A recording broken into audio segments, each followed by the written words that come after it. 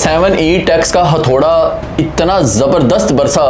कि इन्वेस्टर्स को तबाह बर्बाद करके रख दिया। हम सुप्रीम कोर्ट के शुक्रगुजार हैं कि उन्होंने बिलाखिर पाकिस्तान की रियल इस्टेट इंडस्ट्री को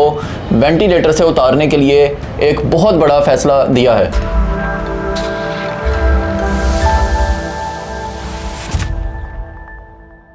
अस्सलाम वालेकुम व्यूवर्स, अल अजीज़ मार्केटिंग के यूट्यूब चैनल से फवाद मसूद एक मरतबा फिर आपके सामने हाजिर है। व्यूवर्स, 7E टैक्स ये इतना भयानक टैक्स था कि इसने पाकिस्तान की रियल इस्टेट इंडस्ट्री के ऊपर ऐसी कारी ज़रब लगाई थी कि इन्वेस्टर यहाँ से तकरीबन जो है वो ख़त्म हो चुका हुआ था। वो इन्वेस्टर जो रियल इस्टेट इंडस्ट्री में रीढ़ की हड्डी की हैसियत रखता है, जो इन्वेस्टमेंट लाता है, जिसकी इन्वेस्टमेंट के बाद एंड यूज़र को जो है वो फ़ायदा होता है, वो इन्वेस्टर यहाँ से भाग चुका हुआ था। लोग यहाँ से अपना सरमाया या तो बैंकों में मुंतकिल कर चुके थे या वो पाकिस्तान से बाहर दीगर ममालिक में इन्वेस्टमेंट को तरजीह देने लग गए थे, क्योंकि यहाँ 7E नाम का एक अफरीत, एक जिन उनके सामने आकर खड़ा हो जाता था जिससे बचना नामुमकिन था। 7E कैसी प्रॉपर्टीज़ पर अप्लाई होता था और कितना होता था, मैं थोड़ा सा इसका ओवरव्यू दे दूं तो एक ऐसी प्रॉपर्टी जिसकी मालियत 2.5 करोड़ या इससे ज़्यादा है और उस प्रॉपर्टी से आप किसी किस्म की कोई आमदनी नहीं ले रहे, या दूसरे लफ्ज़ों में यूँ कह लें कि आप उस प्रॉपर्टी को यूज़ नहीं कर रहे, तो उस प्रॉपर्टी की जो वैल्यू थी उस वैल्यू का 1% हर साल FBR को पे करना पड़ता था। यानी आप यूँ समझ लें कि आपने बतौर इन्वेस्टमेंट कहीं कोई प्लॉट ले लिया है और उसको रख दिया है कि शायद कल को ये मेरे बच्चों के काम आ जाए, या मुश्किल वक्त में मैं इस प्लॉट को बेचकर अपना वो मुश्किल वक्त जो है वो काटूंगा। तो ऐसी प्रॉपर्टी जो आपने लेकर रख दी है, अब आप उसे यूज़ नहीं कर रहे हैं, ना आप वहाँ पर कोई घर कंस्ट्रक्ट कर रहे हैं, ना कोई कमर्शियल यूज़ में उसे ला रहे हैं अगर वो कमर्शियल प्लॉट है तो, ना ही वो जो ज़रई ज़मीन फ़र्ज़ कर लें अगर है, ना आप वहाँ पर कोई काश्तकारी कर रहे हैं, यानी वो बिल्कुल यूज़लेस आपने जो है वो रखा हुआ है उस लैंड को, तो उस लैंड पर आपको टैक्स पड़ना शुरू हो जाएगा। ये बिल्कुल नाजायज़ टैक्स था। सुप्रीम कोर्ट ऑफ पाकिस्तान ने फाइनली इसके ऊपर डिसीजन दिया है, ये कहते हुए कि ये एक नाजायज़ टैक्स है। ऐसी प्रॉपर्टी जिसको कोई इस्तेमाल ही नहीं कर रहा, जहां से आमदनी नहीं हो रही उस शख्स को, आप उस पर कैसे टैक्स ले सकते हैं? इस बुनियाद पर सुप्रीम कोर्ट ऑफ पाकिस्तान ने 7E टैक्स को उड़ा के रख दिया। सबसे पहले इसकी रिट दायर हुई लाहौर की मुकामी अदालतों में, फिर ये गई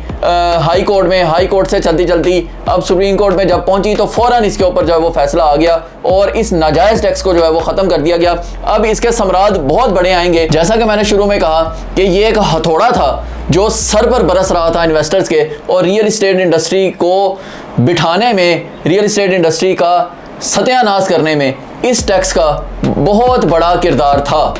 जो अब ख़त्म हो गया है। और इन्वेस्टर्स के लिए ये बहुत बड़ी खुशखबरी है कि अब वो अगर अपनी कोई प्रॉपर्टी रख छोड़ते हैं, उसको इस्तेमाल नहीं करते, तो उनको इस तरह का कोई टैक्स जो है वो पे नहीं करना पड़ेगा। इन्वेस्टमेंट पॉइंट ऑफ व्यू से ये एक बहुत बड़ी डेवलपमेंट है जो रियल इस्टेट इंडस्ट्री को दी गई है, और उम्मीद है कि आने वाले बजट में गवर्नमेंट मज़ीद इस तरह के इक़दाम जो है वो करेगी, जो कि हमारी सुनने में भी आ रहे हैं कि ऐसे इक़दाम किए जा रहे हैं जिससे रियल इस्टेट इंडस्ट्री को एक मरतबा फिर बहुत बड़ा सहारा जो है वो मिलने लगा है। ये जो इंडस्ट्री वेंटिलेटर पर आ चुकी हुई है, इसका वेंटिलेटर तकरीबन उतरने वाला है, लेकिन एक बात जहन में रखिएगा कि आपने फॉल्स इंफॉर्मेशन से हमेशा की तरह बचना है, जैसा कि हमारा भी हमेशा ये मकसद होता है कि आपको जो हकीकत है वो बताई जाए, ना कि आपको एक ऐसी दुनिया क्रिएट करके दिखा दे अपनी वीडियो में जिसके बाद आप उस दुनिया को तसव्वुरात में लाते हुए एक ऐसी गलत जगह पर इन्वेस्टमेंट कर चुके हों जो बाद में आपके लिए पछतावे का बाइस बने। तो इस चीज़ से आपने बचना है। बजट आ रहा है, लेकिन अभी तक अगर कोई ये कह रहा है कि जी बजट में कोई एमनेस्टी स्कीम आने लगी है, कोई इस तरह का कोई बहुत बड़ा अनरियलिस्टिक ब्रेक थ्रू होने लगा है, तो ये बातें अभी सिर्फ बातें ही हैं। एमनेस्टी स्कीम देना कोई इतना आसान नहीं है। एमनेस्टी स्कीम के लिए IMF से मंजूरी लेनी बहुत ज़रूरी है। बदकिस्मती है हमारी कि IMF हमारे सर पर मौजूद है, वो जब तक हमने उनसे परमिशन नहीं लेनी हम ऐसी कोई स्कीम जारी नहीं कर सकते। हाँ, टैक्सेस में मज़ीद रिलीफ जो है उसकी बहुत सॉलिड रीजंस मौजूद हैं गवर्नमेंट के पास, और जैसा कि अभी आपने ये इतना बड़ा ब्रेक थ्रू देखा कि 7E टैक्स जो है उसी को उड़ा दिया गया। ये बहुत बड़ा हेडेक था किसी भी इन्वेस्टर के लिए जिसको ख़त्म किया गया है। तो इसी तरह के मज़ीद आप डेवलपमेंट देखेंगे कि कुछ ऐसे टैक्सेस जो नहीं लेने चाहिए और वो लिए जा रहे हैं, उन टैक्सेस को शायद ख़त्म किया जाए और शायद टैक्सेस में कुछ कमी की जाए। लेकिन ये कहना कि